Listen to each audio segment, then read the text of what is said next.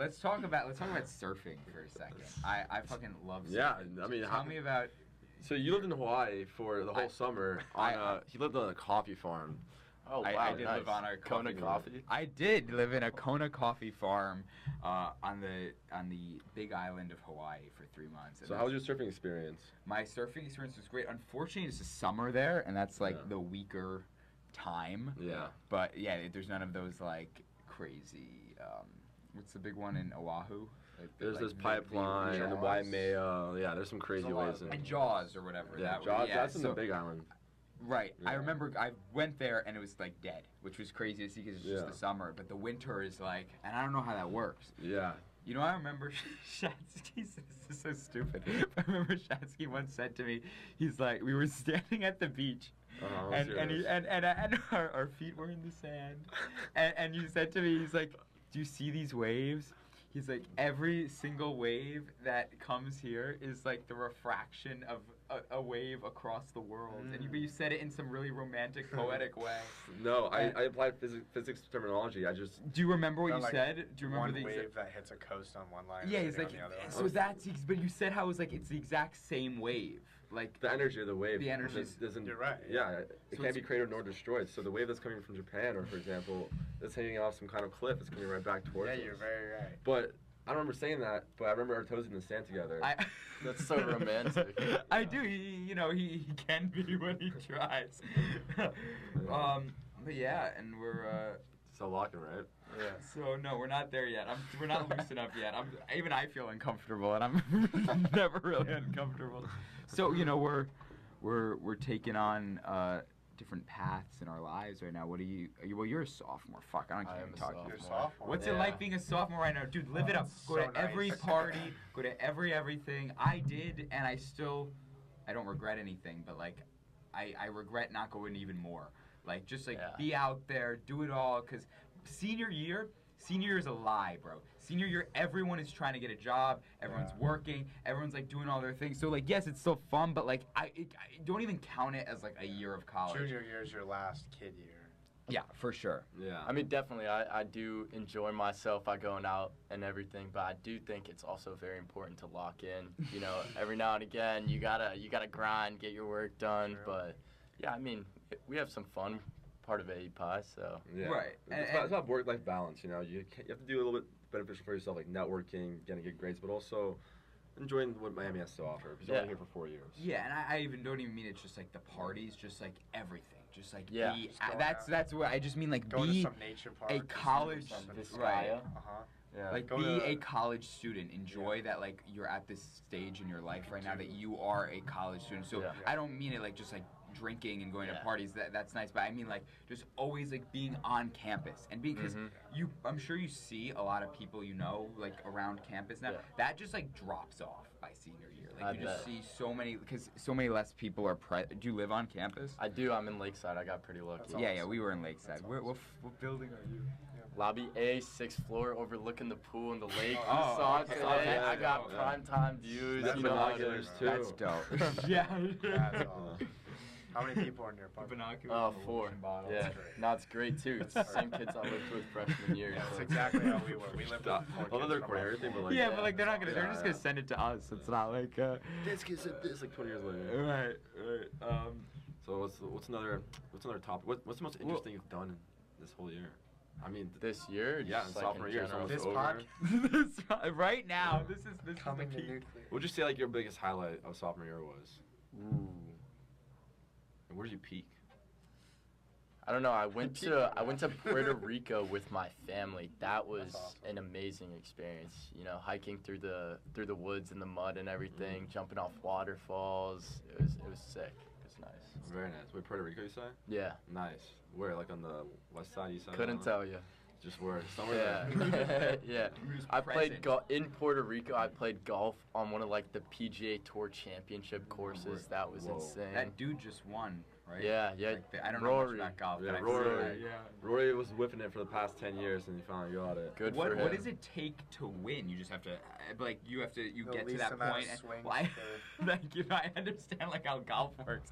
I mean, like at that stage, you're just because like who are you up against is more what I mean. Yeah, so you have to like qualify against Right, all the best players in the Okay. world, and that like I think that goes throughout the entire year and even Right. other tournaments. But Right. at the actual tournament, you play 4 days, and like your score accumulates over the 4 days. Where was it this time? It was like in Augusta? I don't even know In where Florida? Augusta is. No, Oh. no, definitely not. Where's Augusta? Georgia Do you or know? something? Augusta, we Italy. need Jamie. No, like, Augusta, from, like the golf Yeah, course. that would be fun. Jamie, pull it up. We should have had Ian on a computer. Ian should be Jamie. Ian should have been our Jamie. But yeah, I mean, like, also, how you have, you know, a whole different sphere of like friends than us. Like, how are they doing with like work and jobs right now? So yeah, my roommates are doing great. They're Who are your roommates? like Hunter, Declan, Teddy, Diorio, Jake. I think I got everyone. Yeah, it's 8 of us. Yeah. 7 actually. Shh. This is our landlord. I hope he doesn't hear this. I don't think he's not gonna tune in, bro. Yeah, but it's great. Basically, we're all basically, yeah. Jake's in Texas, or actually Jake's in Miami. He's working for PwC. He's still on the job hunt. Declan, he's getting like interview after interview, so good for him. Like he's going for sales and tech startups, which is dope. So like he's aiming for New York or San Francisco. And then we have Diorio. He's probably going to be working for his parents, but I don't know. He might go back to where he was intern last summer. Then we have Jake. Oh no, I already said Jake. Hunter. He's in the city. Who else is in the city? What is Hunter doing? Hunter, he's doing some consulting, I think. So it's Hunter in the city, Jonah's in the city, I'm in the city, Teddy's in the city. It's 4 of us. That's hype. And yeah, luckily a lot of my friends are gonna be in the city, which is great. I know you guys are all staying down here in Miami, which is awesome. Charlie's going to the city. Yeah. Oh really? At least Did like Charlie find something? he has a summer internship right now, so he'll be there Yeah. this summer. Yes. Sweet, congrats. Yeah, Yeah. You can relax now. Right. That's what I told him. Yes. And then we'll be poaching him back down to Miami after. Right. Hopefully. I think like the most important thing is like when you're looking for jobs, I think location-wise is pretty important. But regardless, if your friends are there, you're gonna have a good time. Yeah, it's a big part of it. Yeah, for sure. it's And tough being for your with friends your out there. community. Yeah, your community. But also like I'll be coming down here a lot for lock-in, and I'll be seeing you guys when I come down here for sure. Cool. You guys have a nice like establishment. We big do. Yeah. Me. mansion. Well, Yeah. I don't, not quite a mansion, but Javi, Vanoski, and I are gonna all be living together. So that's very exciting. Lock-in. What is? Yeah. You mentioned. This. Oh. Lock-in? No. Lock-in. All right. Just tell me like a little bit. So. All right, wait, hold on. Why don't I come up with like just in my mind like a fake cousin of mine that's a sophomore. That's been trying to start a startup. Yes, yeah. I think that's how we look. At least let's give it a shot. Right? Yeah. We gotta try to talk about lock-in, or else it's like. So I'm gonna be like, yo, I've got this cousin, who's it's fake. So what's the best thing? Sophomore, junior, like. Just say he's a sophomore trying to start a startup, but he's having a really hard time like building a team and finding a CTO to like make the product tangible. Let's just say it's like a app. He's got the right idea. He's got a great idea, but he's having really tough time. Let's just say like he doesn't go to Target school. Like, say he goes to like UC Boulder, and they don't have that many resources for like startup development.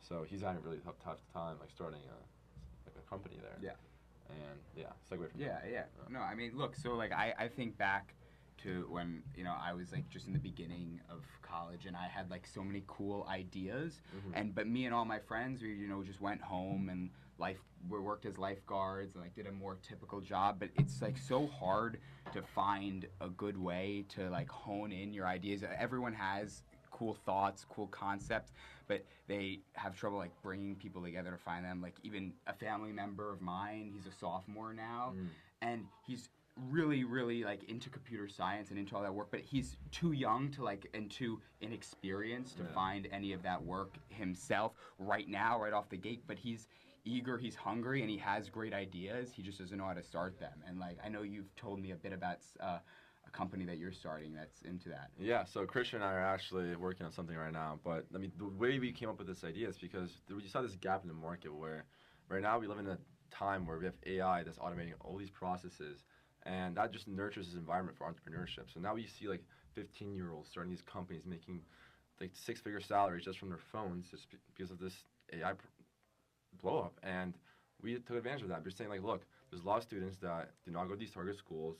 We see that these resources are not as organized for startup development, and it's very hard for them to get off the ground.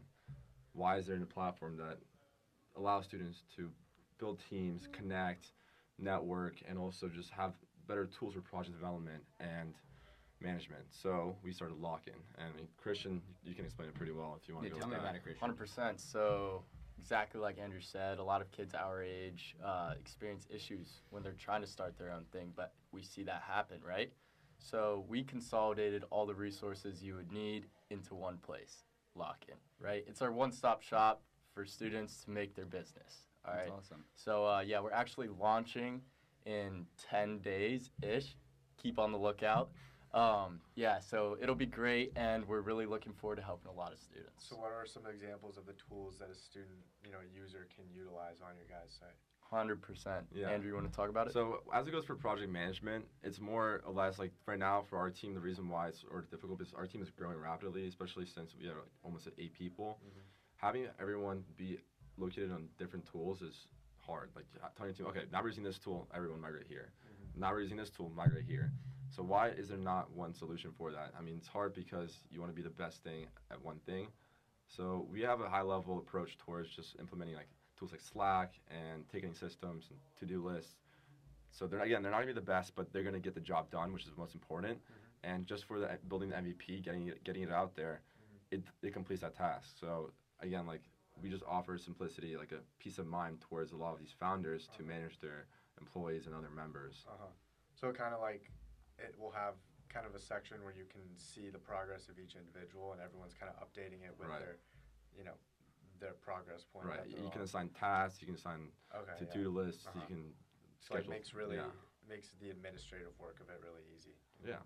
Very seamless. There's a really exciting idea that I have that when it comes to e-commerce, and I could get into it a bit later, but assuming a launch starts in 10 days, what can I do right away to get my idea out there and start hearing back from other people? Right. So right now we're only taking in an exclusive amount of startups. So our goal is to get the best startups possible on our platform.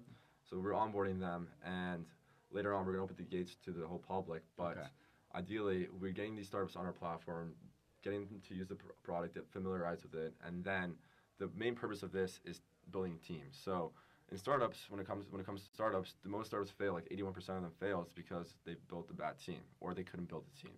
And what we foster is a network of college students. So if you're looking for a CTO, let's say you're business oriented, your skills are in business, you need someone to build your product. Mm-hmm. And a lot of people outsource to India or Ukraine to build their product, and what happens is they get their product back and there's many issues with it, and then they keep talking, and the people don't have the capital nor the time to work with this. Mm-hmm. So ideally, you need to find a CTO or a member that can join your startup that has the computer science or software engineering skills that can implement your product. Mm-hmm. So what we built is a network of college students where you can find that one person. We have a bunch of talented people on there, generally from the best of the best, but it's your role to network with these kids who reach out to join your idea. So I hop on the wait list right now, assuming when this video comes out, Lock-In is public, at least in the initial version that you were saying, so I can start reaching out to startups as soon as it comes out. Is that correct? I mean, there's two perspectives. So you can be the entrepreneur or the collaborator. Mm-hmm. The entrepreneur is the one with the idea. The collaborator is the one that's trying to join the idea. And as I said, like if you are trying to do something over the summer, if you want to join a startup, unfortunately you cannot. You can't. But if you have an idea, then you can potentially be on our platform and get the potential experience and benefits of joining our platform. That's cool. That's awesome. Yeah, but we can rephrase that. But we have to talk about the difference. We sort of pivoted from what we were going to do originally. We're not allowing collaborators on our platform this summer, right? Is that what we're doing? Well, I mean, we should talk about it, but yeah. Because now we're trying to onboard startups, unless. What's it going to look like first? Because I mean, obviously, there's a lot. The app can mold. The website can mold and change, and in the next year or 2 years, it'll really change. But when people see when it first becomes live, because it's still not live, when it first becomes live, what can they expect? Okay. CEOs of the company, everyone. Okay, here. What? Oh, no, all right. We'll talk from perspective of it's available to everyone. So we're not talking about just this summer, right? Because I don't want to give false knowledge to, like, if we post some clips of this, I don't want us to give false promises, which is very important. So let's just say from perspective it comes live whenever it does. We're not going to give a certain date because we don't know when it's going to come live. But when this product becomes available, essentially there's going to be a lot of startups, a lot of talented students on there. And there'll be this networking environment where these startups are finding students to join their companies, and these students are going to be looking out for these startups to join. And yeah, it'll be beneficial for both parties. These students are going to be getting valuable real-world experiences while these startups are getting their shit done. Mm-hmm. And when you're in college, so much, especially in your earlier formative years of college, so much that's so important is building your resume. So if I'm a sophomore in college and I have a unique skill set or just any skill set or something that I'm passionate about and that I'm hungry about, and but I don't know exactly how to hone it in, is it true that Lock-In is the place to do that, and even give yourself a few months of a career or a few months of work, even if that's not the forever path you go down, it's a lot more for your resume than scooping ice cream at the local shop, right? Yeah, 100%. So I mean, like, it's even more than that. So if you look at the typical 9-to-5 traditional desk jobs, right? Boring, monotonous, whatever. You learn one skill. During an internship, you might not even learn a skill. You might be grabbing a cup of coffee for someone, maybe stapling a couple papers, right? When you join a startup, when you join Lock-In, and you build something with somebody else, you're working on so many different skills. You're building yourself as a person into something better that you can apply to maybe something else in the future, but you're building yourself. So if I'm still a sophomore in college, I can get real hands-on experience with a startup that's real, that I applied myself. I learned so much more than any job, giving coffees to some executive, even if that's the best that I could do. Yeah. I actually got my hands dirty. I was on the field and I was there and I learned, and that's how I can, help build myself for the future. 100%. Right. And you might set yourself up in the future while doing so. Who knows? Yeah. You might make the next $100 million business. Right. Absolutely. And the vital thing about college is building your network, but also building your resume and experience. So if you spend one summer doing nothing, then how are you benefiting yourself? How are you going to differentiate yourself from everyone else that's actually doing something meaningful for themselves and their experience? So going to Lock-In, finding a startup, finding a role that you're interested in, and executing it is so beneficial, not just for yourself, but also for differentiating yourself against another student. Exactly, yeah. And even if I know that as a sophomore I'm excited and I actually do want to be a camp counselor, I can still go and be a counselor during the day, but go on to Lock-In and work remotely. Is that true as well? As something that so it doesn't need to completely change or uproot your plans, even if it just helps you progress in your own knowledge and in your career. Right. There's so much variety on Lock-In, depending on location, the kind of jobs that they offer. You don't have to be confined to one location. You can do this anywhere. It's just really up to what you want to do. What role are you truly interested in, ready to put your time and effort into? I think a lot of people this will be able to benefit a lot of people if they use it properly. Right. They can actually achieve and reach their potential without a lot of people feeling disincentivized and kind of feeling that anything that they reach out to just rejects them because of their youth or their newness to the game. Yeah, I think businesses that do well are ones that take kind of processes that are standard and make them more efficient and easier. You guys are kind of doing that with this platform. You're just making it more efficient, simpler, faster, more organized for founders of companies and startups to do the processes they already otherwise would be doing. You're just making it easier for them. So I think you have a really good potential for growth with that. Fantastic. And we can all agree, right, that the internship process while you're still in college is a extremely, extremely ineffective, inefficient process. Yeah. Sometimes you get a good internship and it works out well and you put something nice on your resume. It does work sometimes, but it is far, far, far from effective in the ways that it could be, and especially given that this is like a universal United States college experience. We have millions of students in college right now, and I don't think any of them would say that yes, the internship process for, learning hands-on experience for what I'm doing right now is great. Oh, I don't think anyone would say that. It's just, it's so, I learned so much, I do so much, it works out so well, and everyone listens to me and takes me seriously. I think it's probably about as far from that as you could imagine. So you guys are going to be a real disruptor in that game, and I see it. Right, and just to emphasize our unique value proposition is that we're giving the student a peace of mind, knowing that it's not that hard to start a startup. It is not that hard to get internship. You can really build yourself, your experience, and your business idea through lock-in. Awesome. Sounds good. Awesome, guys. All With right. that, look out for lock-ins opening. Yeah. Lock into the moon.